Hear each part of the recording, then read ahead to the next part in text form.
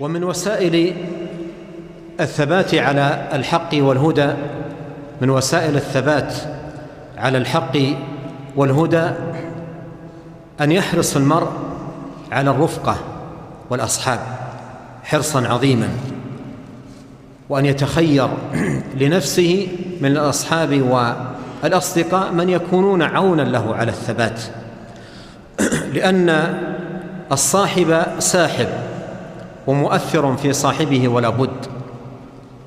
ولهذا قال عليه الصلاة والسلام: المرء على دين خليله فلينظر أحدكم من يخالل. وقال عليه الصلاة والسلام: مثل الجليس الصالح والجليس السوء كحامل المسك ونافخ الكير.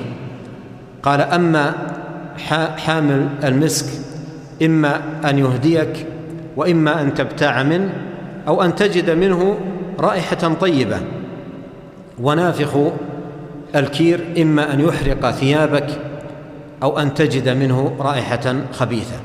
ولهذا يحتاج العبد في هذا المقام أن يتخير من الأصحاب ما يعينونه على الطاعة ويشدون من أزره ويشدون من عضده في طاعة الله.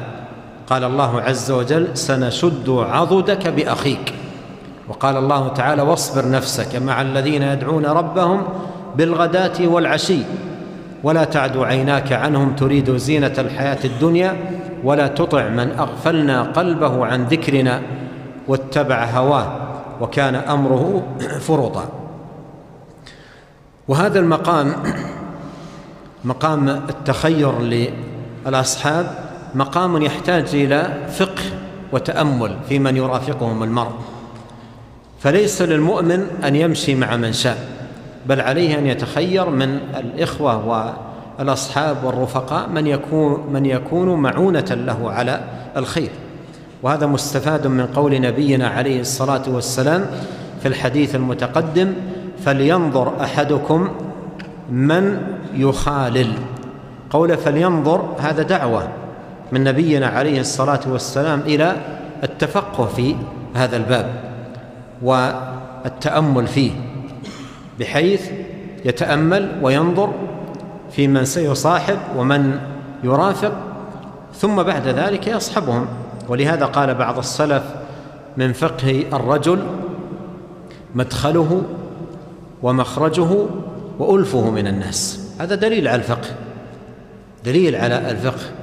ولهذا ينبغي أن يعتني المرء بتخير الأصحاب الأفاضل والإخوة الذين يعينونه على العلم ويعينونه على العبادة ويعينونه على الاستقامة والمحافظة على طاعة الله تبارك وتعالى.